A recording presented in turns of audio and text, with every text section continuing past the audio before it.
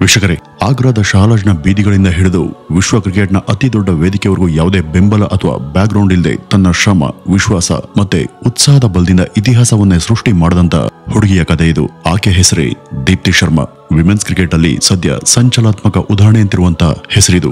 ಎಲ್ಲ ಸಮಯದಲ್ಲೂ ಭಾರತದ ವಿಶ್ವಾಸಾರ್ಹ ಆಲ್ರೌಂಡರ್ ಅಂತ ಕರೆಸ್ಕೊಂಡಂತ ದೀಪ್ತಿ ಶರ್ಮಾರವರ ಬದುಕಿನ ರೋಚಕ ಯಶೋಗಾಥೆ ಇದು.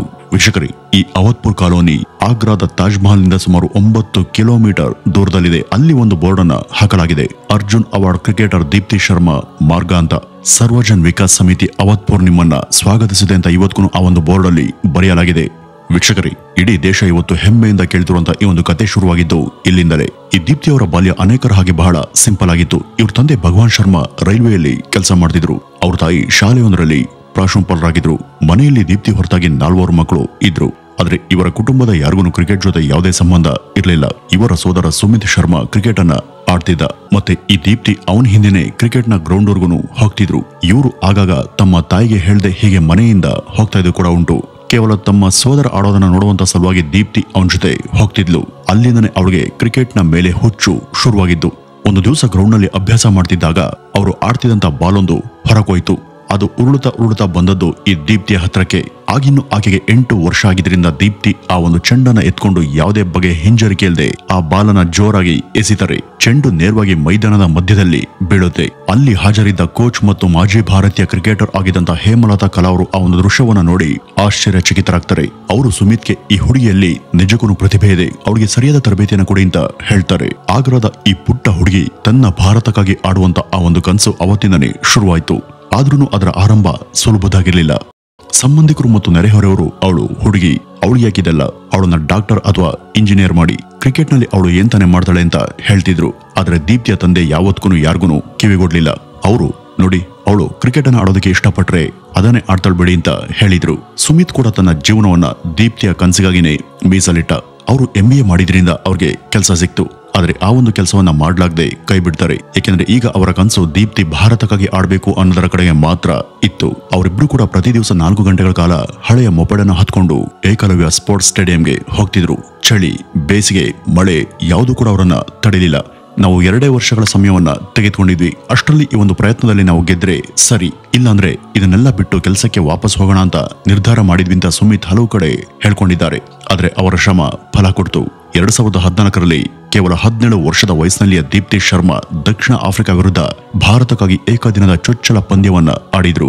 ಮತ್ತೆ ತಮ್ಮ ಮೊದಲ ಪಂದ್ಯದಲ್ಲಿ 2 ವಿಕೆಟ್ಗಳನ್ನ ಪಡೆದು ಎಲ್ಲರ ಗಮನವನ್ನ ಸೆಳೆದ್ರು. 2016ರಲ್ಲಿ ಅವರು ಶ್ರೀಲಂಕಾ ವಿರುದ್ಧ 6 ವಿಕೆಟ್ಗಳನ್ನ ಪಡೆದು ಇತಿಹಾಸವನ್ನ ಸೃಷ್ಟಿ ಮಾಡಿದ್ರು. ಏಕದಿನ ಪಂದ್ಯವೊಂದರಲ್ಲಿ 5 ಅಥವಾ ಅದಕ್ಕಿಂತ ಹೆಚ್ಚು ವಿಕೆಟ್ ಅನ್ನ ಪಡೆದಂತ ಭಾರತದ ಅತ್ಯಂತ ಕಿರಿಯ ಮಹಿಳಾ ಬೌಲರ್ ಅಂತ ಕರೆಸ್ಕೊಂಡ್ರು. 2017ರಲ್ಲಿ ದಕ್ಷಿಣ ಆಫ್ರಿಕಾದ ಪೋರ್ಟ್ ಚಪ್ಸ್ಟೋನ್ ನಲ್ಲಿ ಐರ್ಲೆಂಡ್ ನ ವಿರುದ್ಧ ಇವತ್ತಿಗೂ ನೆನಪಲ್ಲಿ ಇಡುವಂತ ಸಾಧನೆ ದೀಪ್ತಿ ಅವರ ಹೆಸರಲ್ಲಿದೆ. ಅವರು ಒಟ್ಟು 188 ರನ್ ಅನ್ನ ಗಳಿಸಿದ್ರು. ಇದು ಆ ಒಂದು ಸಮಯದಲ್ಲಿ ಮಹಿಳಾ ಏಕದಿನ ಕ್ರಿಕೆಟ್ ನಲ್ಲಿ 2ನೇ ಅತಿ ದೊಡ್ಡ ಸ್ಕೋರ್ ಆಗಿತ್ತು. ಪೂನಂ ರಾವತ್ ಅವರೊಂದಿಗೆ ಸೇರಿ 320 ರನ್ಗಳ ಪಾರ್ಟ್ನರ್ಶಿಪ್ ಅನ್ನ ಗಳಿಸಿದ್ರು. ಇದು ಮಹಿಳಾ ಏಕದಿನದ ಇತಿಹಾಸದಲ್ಲಿ 300ಕ್ಕಿಂತ ಹೆಚ್ಚು ರನ್ಗಳ ಮೊದಲ ಪಾರ್ಟ್ನರ್ಶಿಪ್ ಅಂತ ಕರೆಸ್ಕೊಂಡಿದೆ. ಈ ಒಂದು ಇನ್ನಿಂಗ್ಸ್ ದೀಪ್ತಿ ಅವರ ಜೀವನದ ದಿಕ್ಕನ್ನೇ ಬದಲಿಸಿತು. ಈಗ ಅವರು ಕೇವಲ ಆಟಗಾರರು ಮಾತ್ರ ಅಲ್ಲ, ಟೀಮ್ ಇಂಡಿಯಾದ ಬೆನ್ನೆಲುಬಾದರು. 2016ರಲ್ಲಿ T20 ಇಂಟರ್ ನ್ಯಾಷನಲ್ ನಲ್ಲಿ ಚೊಚ್ಚಲ ಎಂಟ್ರಿ. ಇನ್ನು 2021ರಲ್ಲಿ ಇಂಗ್ಲೆಂಡ್ ವಿರುದ್ಧ ಟೆಸ್ಟ್ ಚೊಚ್ಚಲ ಎಂಟ್ರಿ. ಬ್ಯಾಟಿಂಗ್ ಮತ್ತು ಬೌಲಿಂಗ್ ಎರಡರಲ್ಲೂ ಕೂಡ ಅವರ ಪ್ರದರ್ಶನ ಅದ್ಭುತವಾಗಿತ್ತು. ನಿಧಾನವಾಗಿ ದೀಪ್ತಿ ಟೀಮ್ ಇಂಡಿಯಾದಲ್ಲಿ ಯಾವುದೇ ಪರಿಸ್ಥಿತಿಯಲ್ಲೂ ಕೂಡ ವಿಶ್ವಾಸಾರ್ಹ ಆಟಗಾರದಿಂದ ಸಾಬೀತುಪಡಿಸಿದ್ರು. ಹೊಸ ಬಾಲಿಂದ ವಿಕೆಟ್ ಅನ್ನ ಪಡೆಯಬೇಕಿರ್ಲಿ ಅಥವಾ ಕೊನೆಯ ಓವರ್ಗಳಲ್ಲಿ ರನ್ ಅನ್ನು ಗಳಿಸಬೇಕಾದಾಗ, ಹೀಗೆ ಎಲ್ಲದಕ್ಕೂ ಕೂಡ ದೀಪ್ತಿ ಯಾವಾಗಲೂ ಸಿದ್ಧರಿರ್ತಿದ್ರು. ಅವರು T20ಯಲ್ಲಿ 1000 ರನ್ ಮತ್ತು 100 ವಿಕೆಟ್ಗಳ ಡಬಲ್ ಮುಗಿಸಿದಂತ ಮೊದಲ ಭಾರತೀಯ ಮಹಿಳೆ ಅಂತ ಖ್ಯಾತಿಯನ್ನ ಪಡೆದ್ರು. ಈ ಒಂದು ಸಾಧನೆ ಇವತ್ತಿಗೂ ಭಾರತೀಯ ಕ್ರಿಕೆಟ್ಗೆ ಹೆಮ್ಮೆಯ ವಿಷಯ ಆಗಿದೆ. ದೀಪ್ತಿ ಬಂಗಾಳ ಮತ್ತು ಉತ್ತರ ಪ್ರದೇಶ ಈ ಎರಡಕ್ಕೂ ಕೂಡ ಸೇರಿ ಆಡ್ತಿದ್ದಾರೆ. ವಿದೇಶಗಳಲ್ಲಿ ಅವರು ಸೂಪರ್ ಲೀಗ್, ದಿ 100 ಮತ್ತು ವಿಮೆನ್ಸ್ ಬಿಗ್ ಬ್ಯಾಶ್ ನಲ್ಲಿ ಆಡುವಂತ ಮೂಲಕ ಅಂತಾರಾಷ್ಟ್ರೀಯ ಮಟ್ಟದ ಖ್ಯಾತಿಯನ್ನ ಪಡೆದ್ರು. 2023ರಲ್ಲಿ ವಿಮೆನ್ಸ್ ಪ್ರೀಮಿಯರ್ ಲೀಗ್ ನಲ್ಲಿ UP ವಾರಿಯರ್ಸ್ ಅವರನ್ನ 2.6 ಕೋಟಿ ರೂಪಾಯಿಗಳಿಗೆ ಖರೀದಿಯನ್ನ ಮಾಡಿತ್ತು. ಮತ್ತೆ ಮುಂದಿನ ವರ್ಷನೇ ಅವರು WPL ನಲ್ಲಿ ಹ್ಯಾಟ್ರಿಕ್ ಅನ್ನ ಪಡೆದಂತ ಮೊದಲ ಭಾರತೀಯ ಮಹಿಳಾ ಆಟಗಾರ್ತಿಯಾಗಿ ಚರಿತ್ರೆಯನ್ನ ಸೃಷ್ಟಿ ಮಾಡಿದ್ರು. ಈಗ ವಿಶ್ವಕಪ್ 2025 ಬಗ್ಗೆ ಹೇಳೋದಾದ್ರೆ 2025ರ ICC ಮಹಿಳಾ ವಿಶ್ವಕಪ್ ನಲ್ಲಿ ದೀಪ್ತಿ ಶರ್ಮಾ ಕೇವಲ ಪಂದ್ಯಗಳನ್ನ ಮೇಲಿಂದ ಮೇಲೆ ಗೆದ್ದಿದ್ದು ಮಾತ್ರ ಅಲ್ಲ, ಬದಲಿಗೆ ಅವರು ಫೈನಲ್ ನಲ್ಲಿ ಇತಿಹಾಸ ಸೃಷ್ಟಿ ಮಾಡುವಂತ ಆಟದ ಪ್ರದರ್ಶನ ಕೊಡ್ತಾರೆ.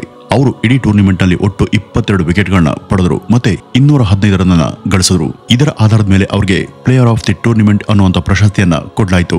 ಅವರು ಕಷ್ಟದ ಪರಿಸ್ಥಿತಿಗಳಲ್ಲಿ ತಂಡವನ್ನ ನಿಭಾಯಿಸ್ತಾರೆ ಮತ್ತೆ ಮಿಡ್ ಆರ್ಡರ್ ನಲ್ಲಿ ಇನ್ನಿಂಗ್ಸ್ ಅನ್ನ ಒಟ್ಟಿಗೆ ಸೇರಿಸಬಹುದಾಗಿರಬಹುದು ಅಥವಾ ಲೋ ಆರ್ಡರ್ ನಲ್ಲಿ ಇನ್ನಿಂಗ್ಸ್ ಅನ್ನ ಉಳಿಸೋದಾಗಿರಬಹುದು.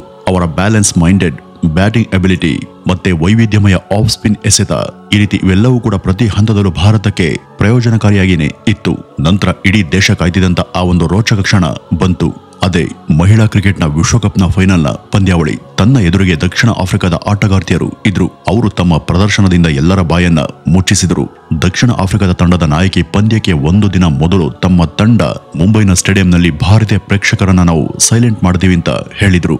ಇನ್ನೊಂದು ಕಡೆ ಭಾರತವನ್ನ ಗೆಲ್ಲಿಸಿ ದೇಶದ ಹೆಮ್ಮೆಯ ತ್ರಿವರ್ಣ ಧ್ವಜ ಹಾರಿಸುವಂತ ಅವಕಾಶ ಕೂಡ ಅವರ ಮುಂದಿತ್ತು. ಭಾರತ ಮೊದಲು ಬ್ಯಾಟಿಂಗ್ ಅನ್ನ ಮಾಡಿ 298 ರನ್ಗಳ ಭವ್ಯವಾದಂತಹ ಸ್ಕೋರ್ ಅನ್ನ ಕಲೆ ಹಾಕಿತ್ತು. ಇದು ಸೆಂಚುರಿ ಇಲ್ಲದಂತ ಪಂದ್ಯದಲ್ಲಿ ಯಾವುದೇ ಭಾರತೀಯ ಮಹಿಳಾ ತಂಡ ಬಾರಿಸಿದಂತ 3ನೇ ಅತಿ ದೊಡ್ಡ ಸ್ಕೋರ್ ಆಗಿತ್ತು. ಮೊದಲು ಬಂದಂತ ಜೋಡಿ ಜೊತೆ ಆಡೋದ್ ಮೂಲಕ ಶತಕ ಸಿಡಿಸಿ ಪಂದ್ಯಕ್ಕೆ ರೋಚಕ ಚಾಲನೆ ಕೊಟ್ಟಿತ್ತು.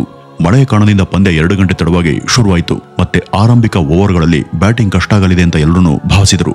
ಆದರೆ ಇದಕ್ಕೆ ವಿರುದ್ಧವಾಗಿ ಶಫಾಲಿ ಶರ್ಮಾ ತಮ್ಮ ಆಟದಲ್ಲಿ ಆಕ್ರಮಣಕಾರಿ ಶೈಲಿಯನ್ನು ಅಳವಡಿಸಿಕೊಂಡು ಮುನ್ನುಗ್ಗಿದ್ರು. ಅವರು ಪಿಚ್ ಮೇಲೆ ಮುಂದೆ ಬಂದು ಬಾಲ್ನ ವೇಗವನ್ನ ತಗ್ಸಿದ್ರು. ಇದ್ರ ಜೊತೆ ಭರ್ಜರಿ ಫೋರ್ಗಳನ್ನ ಬಾರಿಸೋದ್ರ ಮೂಲಕ ವೇಗದ ಆಟಕ್ಕೆ ಚಾಲನೆಯನ್ನ ಕೊಟ್ಟರು. ಸ್ಮೃತಿ ಮಂದನ ಕೂಡ ಕಾಕರ್ ಅವರ ಚೆಂಡುಗಳಿಗೆ 2 ಭರ್ಜರಿ ಬೌಂಡ್ರಿಗಳನ್ನ ಗಳಿಸಿ ಸ್ಥಿರತೆಯನ್ನ ಕಾಯ್ದುಕೊಂಡ್ರು. ಕೇವಲ 6 ಓವರ್ಗಳಲ್ಲಿ ಭಾರತ 45 ರನ್ ಅನ್ನ ಗಳಿಸಿತ್ತು ಮತ್ತೆ ಸ್ಟೇಡಿಯಂನಲ್ಲಿ ಕೂತಿದ್ದಂತ ಪ್ರೇಕ್ಷಕರ ಉತ್ಸಾಹ ಕೂಡ ಜೋರಾಗಿತ್ತು. ಇದರ ನಂತರ ದಕ್ಷಿಣ ಆಫ್ರಿಕಾ ತನ್ನ ಬೌಲಿಂಗ್ ನಲ್ಲಿ ಬದಲಾವಣೆಯನ್ನ ಮಾಡಿಕೊಳ್ತು. ಮುಂದಿನ 10 ಓವರ್ಗಳಲ್ಲಿ ಭಾರತ ಕೇವಲ 47 ರನ್ ಗಳಿಸಿದ್ರು ಕೂಡ ಅಲ್ಲಿವರೆಗೂ ನಮ್ಮ ತಂಡ ಯಾವುದೇ ವಿಕೆಟ್ ಅನ್ನ ಕಳೆದುಕೊಂಡಿರಲಿಲ್ಲ. ಕೊನೆಗೆ ಮಂದನಾರ್ ಅವರನ್ನ ಔಟ್ ಮಾಡುವಂತ ಮೂಲಕ ಅವರು ಮುನ್ನಡೆ ಸಾಧಿಸಿದ್ರು. ಇದರ ಹೊರತಾಗಿಯೂ ಕೂಡ ಭಾರತದ ರನ್ ಗತಿ ಸ್ಟ್ರಾಂಗ್ ಆಗೇನೆ ಇತ್ತು. ಯಾಕೆಂದ್ರೆ ಶಫಾಲಿ ವರ್ಮಾ ಅತ್ಯುತ್ತಮ ಫಾರ್ಮ್ ನಲ್ಲಿ ಇದ್ರು. ಅವರು ಅರ್ಧ ಶತಕವನ್ನ ಬಾರಿಸಿದ್ರು. ಜೆಮಿಮಾ ರೋಡ್ರಿಗಸ್ ಕೂಡ ಇನ್ನೊಂದ್ ಕಡೆ ಉತ್ತಮ ಆರಂಭವನ್ನ ಕೊಟ್ರು. ಇದರಿಂದ ಭಾರತದ ಸ್ಕೋರ್ ವೇಗವಾಗಿ ಹೆಚ್ಚಾಯಿತು. ದಕ್ಷಿಣ ಆಫ್ರಿಕಾ ಮತ್ತೆ ಫಾರ್ಮ್ಗೆ ಬಂದು ಭಾರತದ 2 ಬ್ಯಾಟ್ಸ್ಮನ್ಗಳನ್ನ ಔಟ್ ಮಾಡಿ ಭಾರತದ ವೇಗವನ್ನ ತಗ್ಗಿಸ್ತು. ಶಫಾಲಿ ತಮ್ಮ ಶತಕಕ್ಕೆ ಕೇವಲ 13 ರನ್ಗಳ ದೂರದಲ್ಲಿ ಇದ್ರು. ಇದರ ನಂತರ ಹರ್ಮನ್ ಪ್ರೀತ್ ಕೌರ್ ಮತ್ತು ದೀಪ್ತಿ ಶರ್ಮಾರ ಮೇಲೆ ಇನ್ನಿಂಗ್ಸ್ ನಿಭಾಯಿಸುವಂತ ಜವಾಬ್ದಾರಿ ಬಿತ್ತು. ಇಬ್ರು ಕೂಡ ಸ್ವಲ್ಪ ಸಮಯದವರೆಗೂ ಇನ್ನಿಂಗ್ಸ್ ಅನ್ನ ಕಂಟ್ರೋಲ್ ಮಾಡಿದ್ರು. ಆದ್ರೆ ಹರ್ಮನ್ ಪ್ರೀತ್ ಇದೇ ಒಂದು ಸಮಯಕ್ಕೆ ಒಂದು ನಿರ್ಣಾಯಕ ಹಂತದಲ್ಲಿ ಔಟ್ ಆಗ್ತಾರೆ. ಇನ್ನು ಅಮನ್ ಜೋತ್ ಕೌರ್ ಕೂಡ ಹೇಳಿಕೊಳ್ಳುವಂತ ಪ್ರದರ್ಶನ ಕೊಡ್ಲಿಲ್ಲ. ಇದರಿಂದ ಇನ್ನಿಂಗ್ಸ್ ನ ಭಾರ ಈಗ ದೀಪ್ತಿ ಮತ್ತು ರೀಚಾ ಘೋಷ್ ಈ ಇಬ್ರು ಮೇಲೆ ಬಿತ್ತು. ಇಬ್ರು ಅದ್ಭುತ ಫಿನಿಶಿಂಗ್ ಪ್ರದರ್ಶಿಸಿದ್ರು. ವಿಶೇಷವಾಗಿ ರೀಚಾರ್ ಅವರು ತಮ್ಮ ಇನ್ನಿಂಗ್ಸ್ ನ 2ನೇ ಎಸೆತದಲ್ಲೇ ಎಕ್ಸ್ಟ್ರಾ ಕವರ್ ಮೇಲೆ ಸಿಕ್ಸರ್ ಅನ್ನ ಬಾರಿಸಿ ಅನುಕೂಲಕರ ವಾತಾವರಣ ಸೃಷ್ಟಿ ಮಾಡಿದ್ರು. ದೀಪ್ತಿ ಕೂಡ ತಮ್ಮ ಹಾಫ್ ಸೆಂಚುರಿ ಬಾರಿಸಿದ್ರು. ಆಮೇಲೆ ಭಾರತ 300ರ ಗಡಿಯನ್ನು ದಾಟುವಂತ ಹೆಜ್ಜೆಯನ್ನ ಹಾಕ್ತಾ ಇತ್ತು. ಆದ್ರೆ ದಕ್ಷಿಣ ಆಫ್ರಿಕಾ ಕೊನೆ 2 ಓವರ್ಗಳಲ್ಲಿ ಉತ್ತಮ ಬೌಲಿಂಗ್ ಅನ್ನ ಮಾಡಿ ಭಾರತದ ಸ್ಕೋರ್ ಅನ್ನ 298ಕ್ಕೆ ತಡೆ ಹಿಡಿಯುವಲ್ಲಿ ಯಶಸ್ವಿಯಾಯಿತು. ಭಾರತ ಕೊಟ್ಟಂತ ಆ ಗುರಿಯನ್ನ ಬೆನ್ನತ್ತಿದಂತ ದಕ್ಷಿಣ ಆಫ್ರಿಕಾ ಆರಂಭದಲ್ಲಿ ನಿಧಾನವಾಗಿ ಆರಂಭ ಮಾಡಿದ್ರು ಕೂಡ ಸಂಯಮದಲ್ಲಿ ಆಡ್ತಿತ್ತು. ಭಾರತ ಆರಂಭಿಕ 4 ಓವರ್ಗಳಲ್ಲಿ ದಕ್ಷಿಣ ಆಫ್ರಿಕಾಗೆ ಕೇವಲ 12 ರನ್ಗೆ ಮಾತ್ರ ಅವಕಾಶವನ್ನ ಮಾಡಿಕೊಡ್ತು.